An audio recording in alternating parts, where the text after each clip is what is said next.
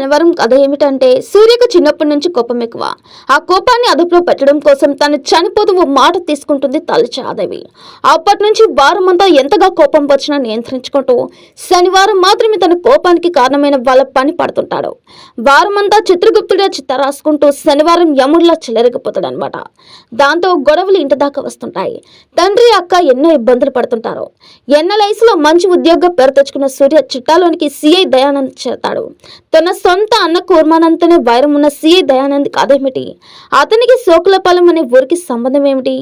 దయానంద్ పై సూర్యకు ఉన్న కోపం సోకులపాలెంకి ఎలా ఉంటే మేలు చేసింది?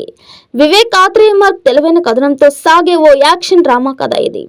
విడుదలకు ముందు చిత్ర బృందం కూడా కథ కంటే ఆ కథని ఎలా చెప్పామన్నది కీలకమంటూ ప్రచారం చేసింది. అందుకు తగ్గట్టే బలమైన పాత్రలు, సంఘర్షణకి వైవిధ్యమైన కథనాన్ని మెలవించి సరిగ్గా సరిపోయింది అనిపించేలా చిత్రాన్ని మలిచే ప్రయత్నం చేశాడు దర్శకుడు.